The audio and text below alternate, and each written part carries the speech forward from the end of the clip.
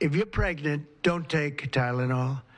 When you have your baby, don't give your baby Tylenol.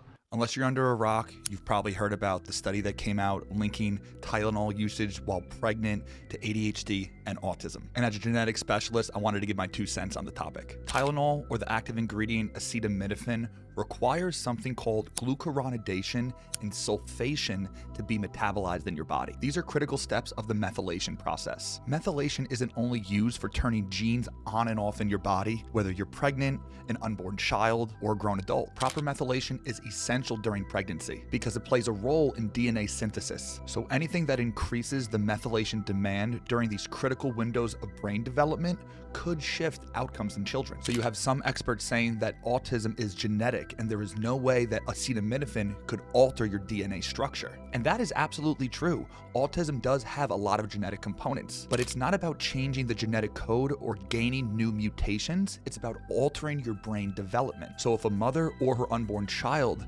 has more mutations in their methylation system or has high toxin levels affecting the methylation system, I do think it's entirely possible that acetaminophen usage during pregnancy could contribute to altered brain development. You can have genetic factors for autism and have poor brain development from acetaminophen exposure during pregnancy. It's sort of like if the mother drinks alcohol during pregnancy. Alcohol is a teratogen, meaning it disrupts normal brain development without necessarily altering the genetic code. So in a nutshell, I personally view Tylenol as a potential teratogen, which is likely far less risky than alcohol, but could still cause genuine issues based on genetics. Because we also need to keep in mind that if a mother has poor methylation genetics, the odds are very high that her unborn child that's made up of her own DNA also has those same poor methylation genetics. But does that mean that if any mothers take even a single dose of Tylenol, they're gonna give their kid autism or ADHD? Absolutely not. But what I am saying is if you are pregnant,